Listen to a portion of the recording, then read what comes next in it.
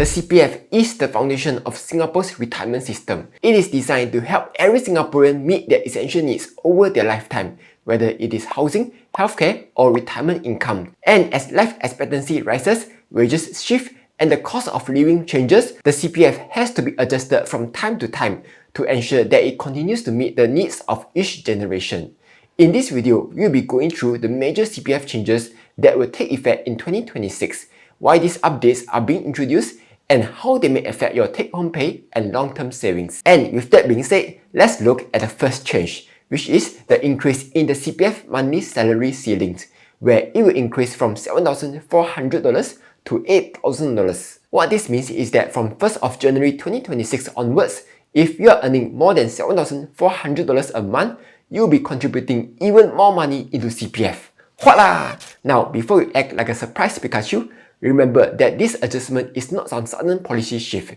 It was actually announced way back in 2023 as part of a multi-year plan to gradually raise the monthly salary ceiling from the original $6,000 limit up to $8,000. So, if you are currently earning $10,000 a month and you are aged 55 or younger, in 2025, you will be contributing $1,480 to CPF, leaving you with a take-home pay of $8,520.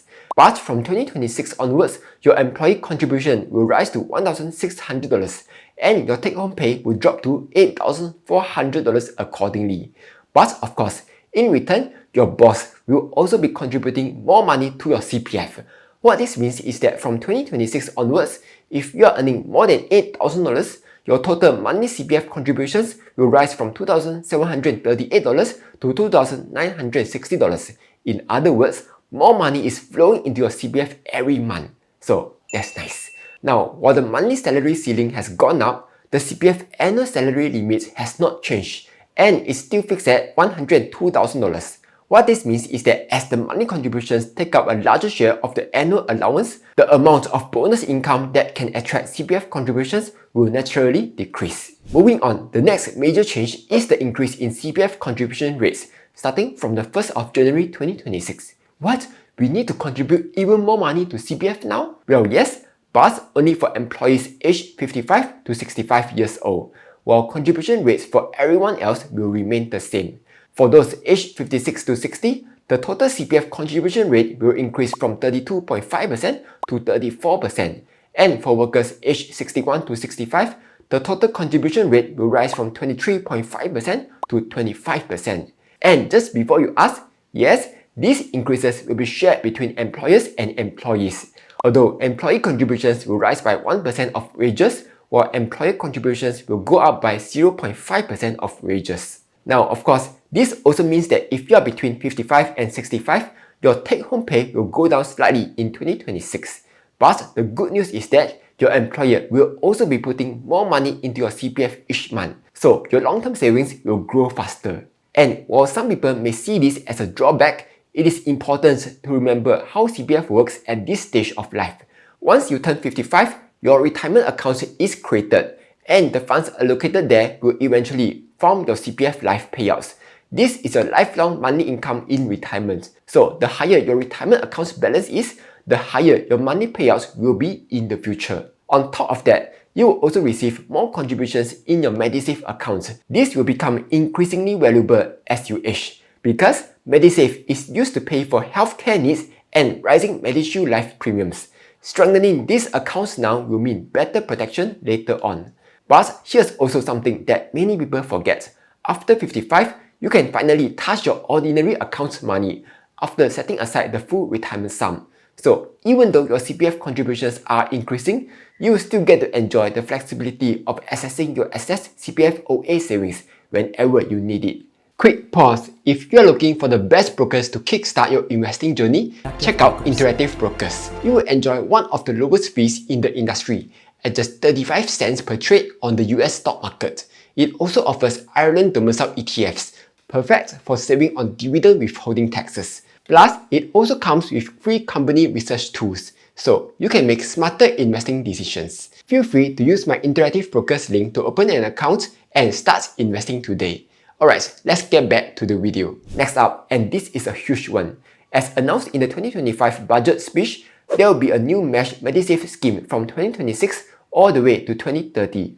Under this scheme, eligible seniors will receive dollar-for-dollar matching on any voluntary MediSave top-ups up to $1,000 a year.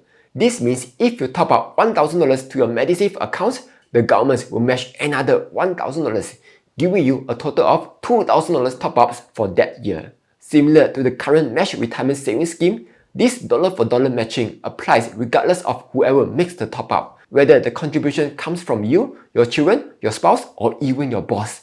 The MediSave accounts of an eligible senior will still receive the government's match. In order to be eligible for the mesh MediSave scheme, you will need to be aged between 55 and 70 years old. The MediSave balance must be less than half of the prevailing basic healthcare sum, which in 2025 it is $75,500.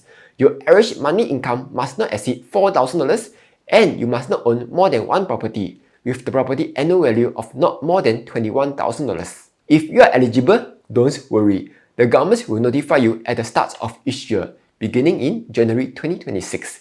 Once you make a top-up, the matching grant will be created by the government the following year. This new scheme is definitely very useful because healthcare costs will tend to rise as we get older, especially now that the integrated shield plans are getting more and more expensive. And since the matching is guaranteed, it is essentially a risk-free way to double your MediSave top-ups each year, up to the annual cap. Okay, while we are at the topic of matching top-up schemes, there's an upgrade to the mesh retirement savings scheme.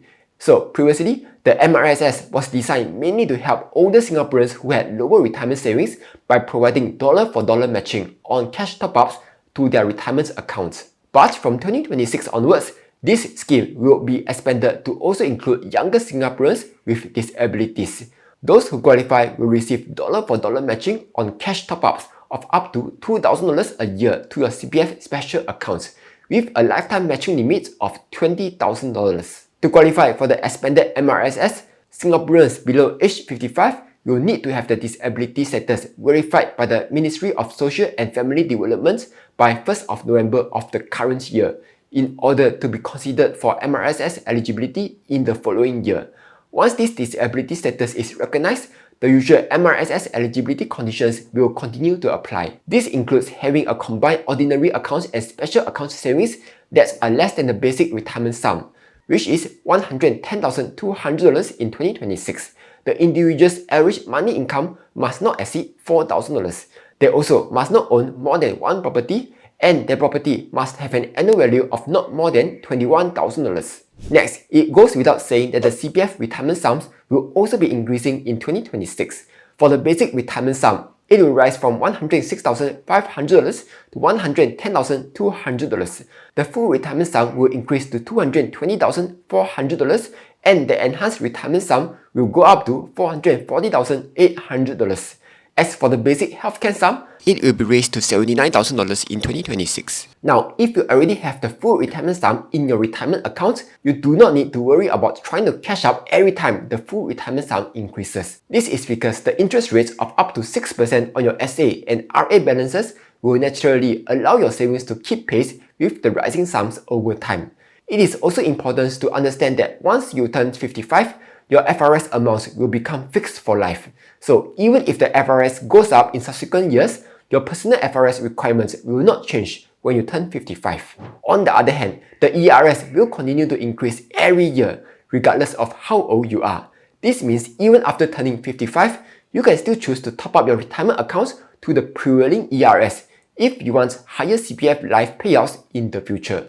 Moving on, from the 1st of December 2025 onwards, the Silver Housing Bonus Scheme has also been enhanced. So previously, seniors who choose to downsize to a 3-room or smaller HDB flats could receive a cash bonus of up to $30,000. But under the new rules, the cash bonus will be increased to $40,000. The additional $10,000 will be given to seniors who downsize to a 2-room or smaller flat, including the community care apartment. Not only that, another major improvement has been made to how seniors qualify for the bonus. Under the previous scheme, seniors had to make a $60,000 cash top-up to the CPF RA in order to receive the cash bonus. But under the enhanced scheme, seniors only need to commit to a net increase of up to $60,000 in their RA. What this means is that the $60,000 can come from the CPF housing refunds when they sell their existing flats. So in many cases, seniors will no longer need to make any separate cash top-ups at all. Additionally, the eligibility for SHB will be widened to also allow seniors who previously owned a private residential property with an annual value of between $21,000 to $31,000 to also qualify for the scheme. This allows more seniors, especially those who live in smaller or older private homes, to benefit from the SHB when they choose to right-size into an HDB flat. Last but not least, there will also be several enhancements to the MediSave and MediShield Life schemes. First, the MediSave annual withdrawal limits for outpatient scans will be doubled from $300 to $600 starting from 1st of January 2026. This will help to reduce out-of-pocket costs for patients who require more frequent imaging for chronic conditions or ongoing monitoring. Second, the Flexi MediSave annual withdrawal limits has been increased from $300 to $400 from 1st of October 2025. For those who are not familiar with Flexi MediSave, it is a scheme that allows CPF members aged 60 and above to use their MediSave or their spouse MediSave to pay for outpatient treatments at polyclinics, specialist outpatient clinics in public hospitals, and GP clinics participating in the Community Health Assist Scheme or CHAS. And from mid-2026 onwards, the coverage under Flexi MediSave will also be expanded to include root canal treatments and permanent dental crowns at CHAS dental clinics and public healthcare institutions. This is especially useful for seniors, as dental care can become a significant and recurring expenses as they become older. And lastly, from June 2026, MediShield Life coverage and the use of MediSave will be extended to cover the cost of embryo freezing, egg freezing, and the ovarian tissue freezing. This is to help support individuals who wish to preserve their fertility for medical or personal reasons and help make the procedures more financially accessible. So that was a quick update on all the changes that are coming to CPF in 2026. Anyway, I hope you found this useful. Like, share and subscribe as I'll be posting new videos every week.